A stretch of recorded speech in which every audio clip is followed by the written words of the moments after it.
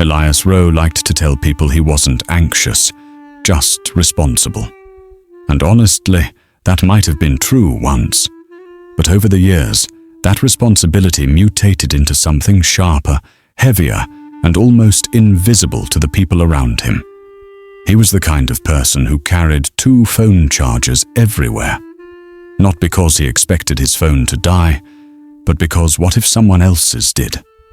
He kept an umbrella in his bag even during heat waves, because heat waves sometimes led to weird storms.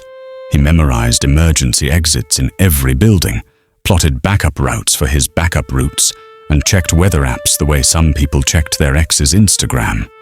None of this seemed strange to him. It felt necessary. Because deep inside, in a place he never admitted existed, he believed something simple and terrifying. If he didn't prepare for every possibility, he wouldn't survive the surprises. He wasn't sure where that belief came from. Maybe childhood. Maybe a bad week in college. Maybe 100 small disappointments that piled into a mountain he didn't notice forming. All he knew was that preparation became his language, his armor, his excuse, his safety net. But also, slowly, silently, his prison. Elias lived in a small apartment that looked more like a miniature disaster response center than a home. Vacuum-sealed food, flashlights, duplicate keys, a folder labeled "If Something Happens" that he updated every few months. His friends laughed about it in a light, affectionate way, like, "Oh, Elias, always ready for the apocalypse." They said it with a smile. He smiled back. But their smiles didn't reach the place where Elias kept the fear. He didn't tell them that every time he left the apartment, he mentally simulated scenarios like a chess player thinking 12 moves ahead. If the train is delayed, call the office, switch to the bus. If the bus breaks down, walk 3 blocks. If it rains, umbrella. If umbrella fails. His mind never stopped drafting emergency plans. It was like having a personal narrator, whose only job was to describe everything that could go wrong. He wondered sometimes, on quiet nights, if other people's minds were like this. He suspected not. He suspected their thoughts were smoother or lighter, or at least not constantly running drills. But he didn't resent them. He just felt separate. As if life was a river everyone else swam in, while he stood on the shore calculating water depths and current speeds, trying to predict every possible shift before taking even one step in. One evening, Elias met his friend Maren for dinner. She arrived 10 minutes late, hair messy from the wind, cheeks flushed from walking fast. She didn't apologize. Maren never apologized for ordinary life things, and that always unsettled him slightly. "I got distracted watching a street performer," she said. "You ever just stop because something catches you?" Elias blinked. Stopping wasn't part of his operating system. If he stopped, he lost momentum. If he lost momentum, the whole schedule collapsed. If it collapsed, he had no control. And if he had no control, he didn't finish that thought. Instead, he said, "Not really. I like to stay on track." Maren smiled the way people smile when they're trying to understand another person without judging them. "You know," she said, "it's okay to miss the track sometimes. Makes life more interesting." Elias tried to laugh, but it sounded thinner than he meant it to. He didn't explain to her that missing the track didn't make life interesting for him. It made it unpredictable. And unpredictable things were the things that hurt you. He changed the subject. Later that night, he sat at his desk updating the "If Something Happens" folder. Just a few small edits. Phone numbers, a revised emergency plan, updated notes on where he kept spare keys. He wasn't doing anything dramatic, nothing unusual for him. But halfway through, he paused. His hand hovered over the paper. A strange whisper of a thought drifted through his mind. Why am I always bracing for impact? He pushed the thought away quickly. People depended on him being prepared. He depended on him being prepared. It wasn't fear, it was logic. Still, something about that moment felt different, like a tiny crack forming in a wall he didn't realize he'd built so high. He closed the folder, but the question stayed open in his chest. For the first time in a long while, Elias went to bed unsettled, not because he imagined a scenario he hadn't prepared for, but because he sensed something shifting inside him. He didn't know it yet, but this was the beginning of the unraveling. The first whisper of a life that didn't run on checklists and backup plans. A life he both craved and feared. And as he drifted to sleep, one small truth pressed against him. Quiet but persistent.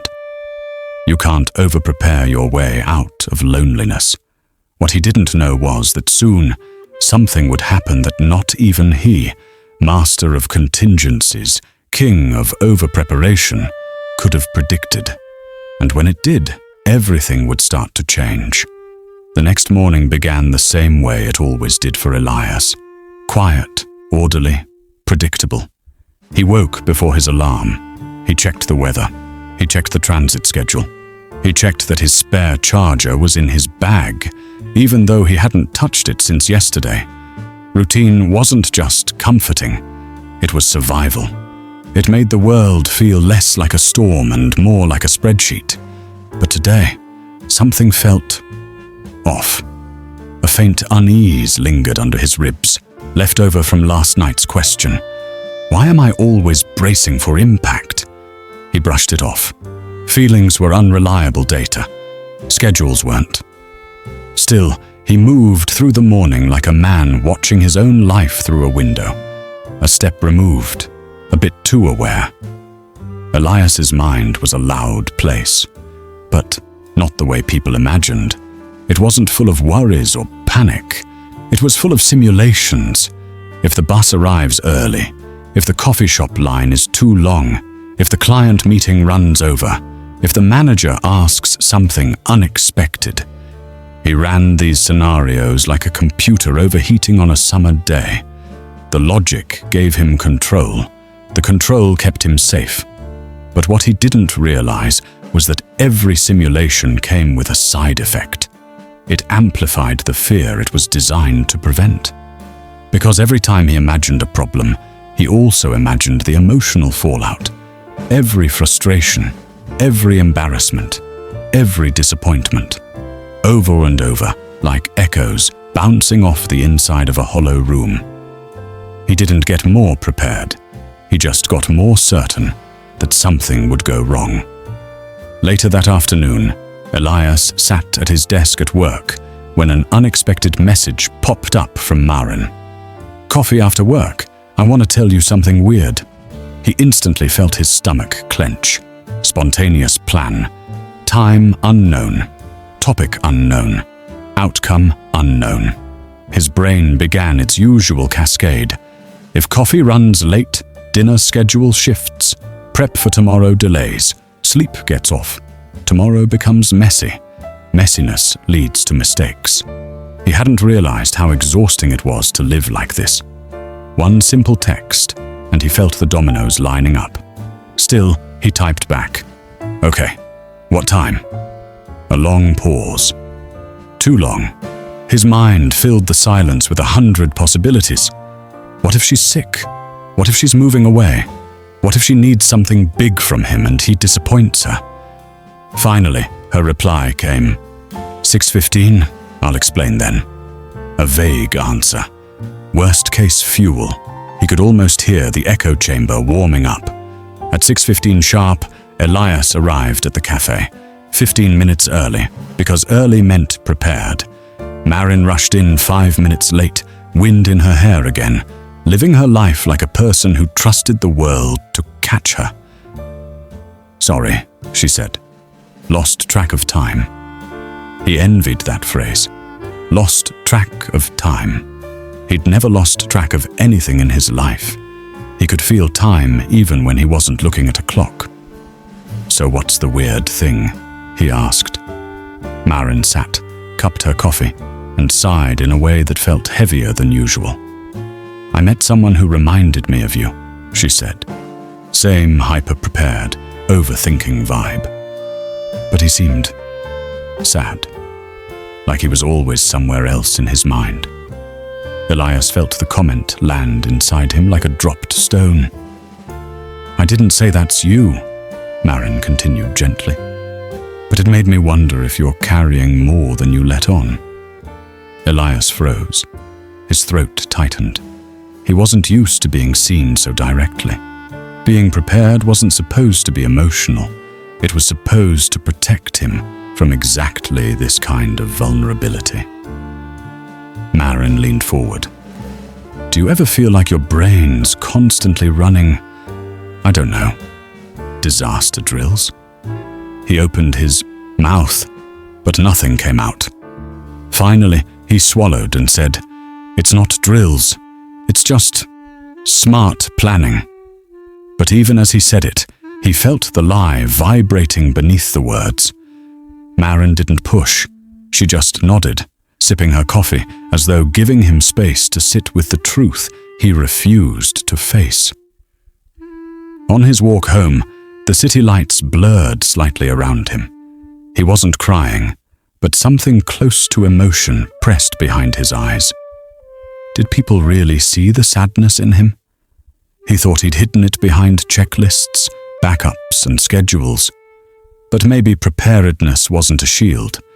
It was a neon sign. Maybe everyone else saw the fear he pretended wasn't there. As he reached his apartment door, he realized his mind had been completely silent during the walk home. No simulations, no what-ifs, just one unsettling, echoing thought. What if the worst thing isn't a disaster happening? What if the worst thing is living your whole life trying to prevent one? He stepped inside, closed the door slowly, as if afraid the sound might shatter the moment. And for the first time in years, he felt the walls of his mental fortress vibrate. Just slightly, as if something from inside was trying to get out. Whatever was coming next, he could feel it, and no amount of preparation would be enough for it. Elias woke up the next day, already tired. Not physically. His body was fine. It was his mind that felt overworked, like an engine running all night without rest. He knew why. Yesterday's conversation with Maren had planted a seed he couldn't unthink. Do people see the sadness in me? He'd always believed his preparation made him look competent, dependable, maybe even admirable. But what if everyone else saw something else? Something fragile, something scared. He shook the thought off and got ready for work. Routine, stability, predictability. These were his anchors. But anchors can get heavy too. On the train, Elias glanced around at the other passengers. People listening to music, scrolling through their phones, staring out the window. Everyone seemed present in a way he rarely felt. Their minds weren't racing ahead to catastrophes or rehearsing conversations they hadn't yet had. He envied them, quietly, privately. He would never say it out loud. Instead, he gripped the handlebar as the train lurched and mentally sketched out backup plans for the day. If the morning meeting runs long, if the project timeline shifts, if his boss asks something new. His mind cycled through these possibilities with the precision of an overclocked computer. But it wasn't just abstracts and scenarios. He also carried the emotional load of each one. Because every simulation came with a potential version of himself. The embarrassed Elias, the unprepared Elias, the overwhelmed Elias, the disappointing Elias. He wasn't planning for real disasters. He was planning for emotional survival. And that was a different kind of heavy. Work, Elias's manager unexpectedly pulled him aside. "Can you present the quarterly draft during tomorrow's meeting?" she asked. Just one sentence, one simple request, and his whole body went still. He felt it, like a weight dropped straight into his chest. A presentation, with almost no prep time, in front of people who expected competence. His mind exploded with contingencies. If the projector fails, bring backup. If someone interrupts, rehearse responses. If data is outdated, check everything again. If he stutters, practice tone modulation. If they judge him, his manager misread his pause as hesitation about workload. "It doesn't have to be perfect," she said. "Just walk them through what you've already done." But for Elias, not perfect wasn't acceptable. Not perfect meant exposed. He forced a smile. "Sure, I'll get it ready." But inside, gears began grinding, whirring, overheating. That evening, he sat at his desk, surrounded by papers, open tabs, highlighted notes, and backup USB drives. He prepared everything twice, then prepared it again, then read through it one more time, just to be sure. But the more he prepared, the heavier he felt. It was like trying to outrun something that stayed exactly 2 steps behind him. Around 11 p.m., Maharan texted, "Survived your day. Need anything?" Elias stared at the message. Marin always checked on people without making it weird. He admired that. He typed, "Big presentation tomorrow. Just prepping." She responded instantly, "Want to talk it through?" The idea terrified him. Talking it through meant revealing the messy parts, the fear, the pressure, the internal storm he never let anyone see. He responded, "I'm good. Just need to focus." Another lie he told himself more than her. Marin didn't push. She never did. After midnight, Elias stood in the center of his apartment, surrounded by the clutter of his own preparation, notes, printouts, multiple backup drives, 2 different outfits laid out, just in case. He suddenly felt ashamed. Not because of the mess, but because every object reminded him of the fear he didn't want to name. Was all this really necessary? Or had he built his life around anticipating pain? The weight pressed down harder. He sank onto the couch and rubbed his face. The realization settled in quietly. He wasn't just preparing for work. He was preparing for rejection, for embarrassment, for the possibility that he might not be enough. The truth hit him with startling clarity.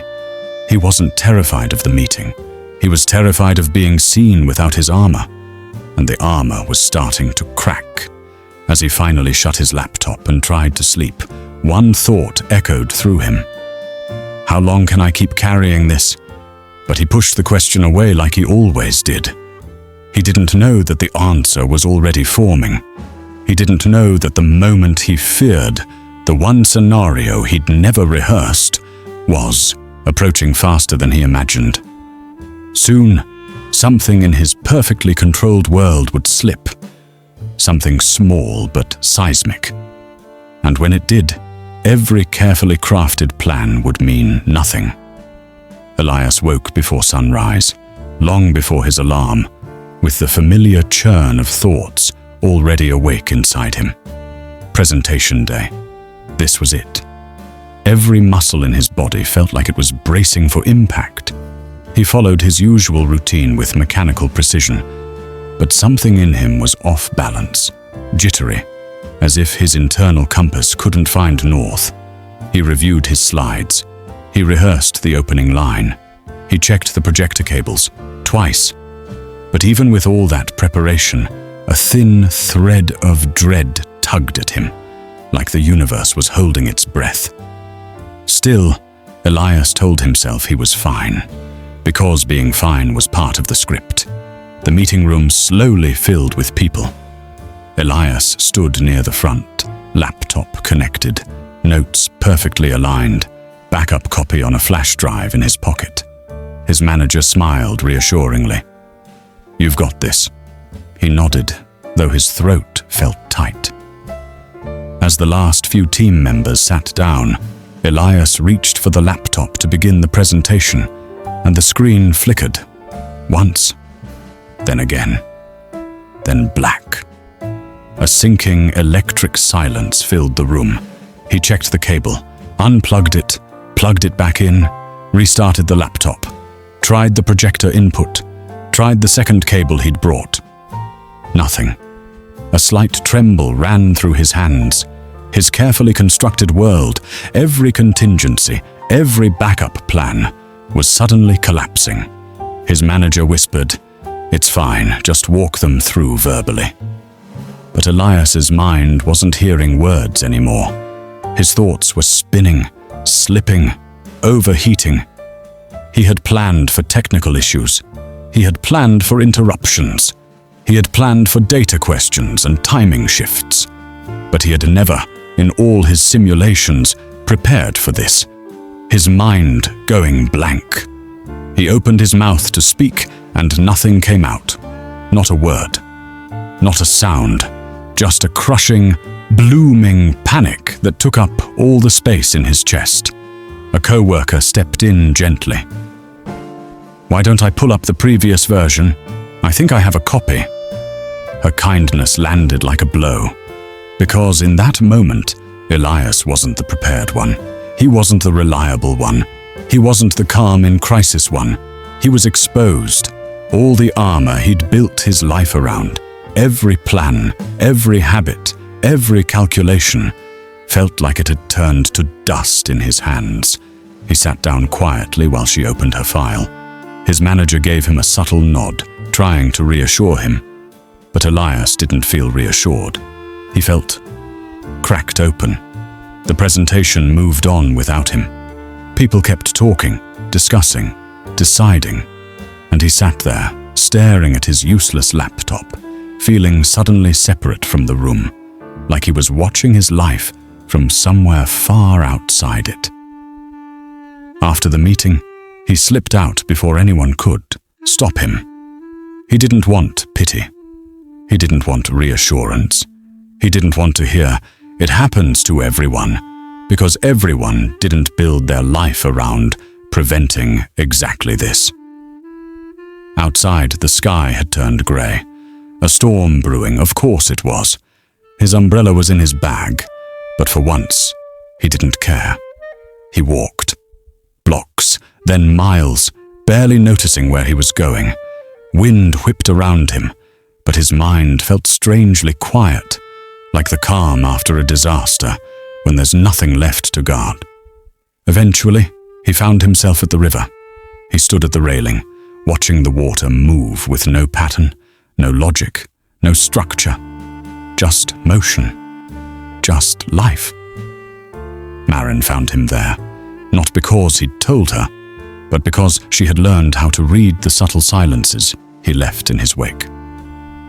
"You okay?" she asked softly. He didn't answer. He wasn't okay. He wasn't even close.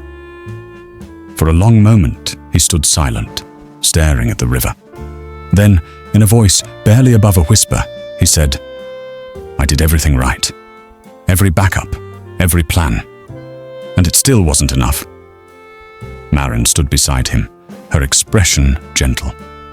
"Elias," she said, "you can't outsmart life. It's not a test. It's not a puzzle you solve by preparing harder." "It feels like it is," he said. "I know," she replied. "But being ready for everything doesn't prevent pain. It just prevents living." The words hit him harder than he expected. He looked at her, really looked, and for the first time realized how tired he was. Not from the day, not from the presentation, but from holding everything together all the time. His voice cracked. "I don't know how to stop." "You don't have to stop," Maren said. "Just loosen your grip a little. Trust something outside of your plans." He shook his head slightly. "That feels impossible." "Then start with something small," she said. "Start with this moment. Just breathe. You don't have to prepare for anything right now. He closed his eyes, inhaled, exhaled. The world didn't fall apart. In that tiny space of stillness, barely noticeable but deeply felt, something inside him shifted. Not broken, not defeated, just shifted. Almost like the beginning of surrender. And Elias didn't know it yet, but this moment would become a pivot, a quiet turning point toward a life he never allowed himself to imagine. For the first time in a very long time, Elias didn't wake up with a plan. No checklist, no mental simulations, no 12-step routine to protect him from the day. Just sunlight filtering through the curtains and a quiet, hollow stillness in his chest, like a room that had finally been emptied after years of being overcrowded. He didn't know what to do with that stillness. He wasn't used to space. He was used to noise, preparation, vigilance. But today, nothing. And somehow, nothing felt both terrifying and oddly peaceful. He sat at the edge of his bed and replayed yesterday's disaster in his mind. The blanking out, the panic, the way his co-worker stepped in, the way Marin found him by the river. Normally, he would have replayed every second obsessively, analyzing each mistake, creating new contingency plans to prevent it from ever happening again. But this time he didn't. He couldn't. Something in him knew that preparing harder wouldn't fix what cracked open yesterday. It wasn't a technical failure. It wasn't a planning error.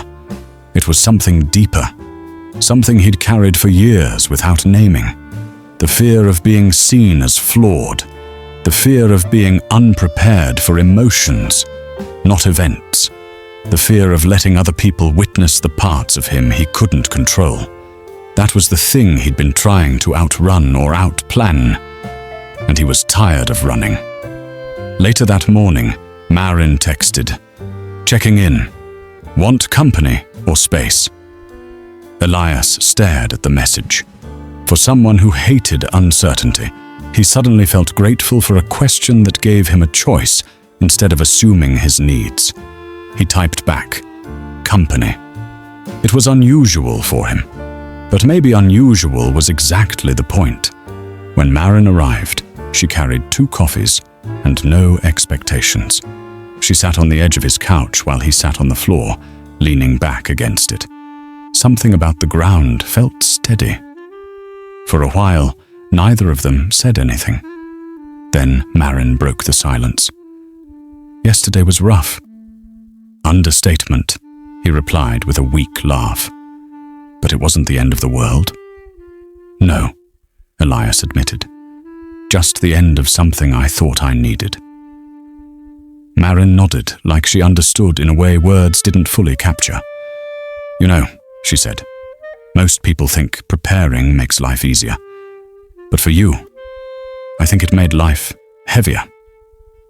Elias swallowed hard. He'd always believed his preparedness was a gift, a shield, a strength. Hearing it framed as weight felt painfully accurate. "I don't know how to not prepare," he said. "It's like, if I don't control everything, something bad will happen." "And what if something good could happen?" Marin asked softly. He blinked. It wasn't a possibility he'd ever considered. He'd spent so long bracing for loss, danger, embarrassment, chaos. He never imagined that letting go could open doors rather than close them. She continued, "You've lived with your guard up for so long that you don't even realize you're carrying armor. And armor's useful, but exhausting when you never take it off." Elias looked at his hands, steady now, not trembling like yesterday. "What if I don't know who I am without it?" Marin smiled gently. "That's the exciting part. You get to find out." That afternoon, Elias did something almost embarrassingly small, yet monumental for him. He left his apartment without double-checking his bag, No extra charger, no emergency snacks, no backup umbrella, just keys and his phone. His heart raced at first, all instinct screaming that he was inviting disaster. But as he walked through the park, nothing terrible happened. The sky didn't fall, the world didn't crumble, no catastrophe unfolded. Instead, he noticed things he hadn't in years. The way sunlight shimmered on leaves, the uneven rhythm of joggers' steps, the laughter of kids at the playground. The world didn't feel like an enemy. It felt available. He wasn't free, not fully. His mind still twitched with the urge to anticipate. But something was shifting, slowly, gently, like a muscle learning how to unclench. That evening, as he sat on his balcony watching dusk settle over the city, Elias realized something important. Preparation had kept him safe, but it had also kept him small. Every contingency plan had built walls. Every worst-case scenario had dimmed possibility. Every backup had reinforced the idea that he couldn't trust the world, or himself, without armor. But today proved something new. He could survive without perfection. He could breathe without planning. He could exist without anticipating disaster. He wasn't suddenly spontaneous. He wasn't suddenly carefree. He wasn't suddenly healed. But he was willing. And maybe that willingness was the real beginning. Not the dramatic kind of beginning you notice instantly, but the quiet kind that grows slowly, like daylight reaching a dark room. Elias leaned back in his chair, closed his eyes, and let the breeze wash over him. For the first time in a long while, he didn't think about what tomorrow might bring. He didn't try to predict it. He didn't try to brace for it. He simply let tomorrow be tomorrow. And in the silence of that simple acceptance, he discovered what he'd been missing all along. Life doesn't reward the ones who prepare for everything. Life rewards the ones who show up, even when they're not prepared. Elias was finally learning how to show up.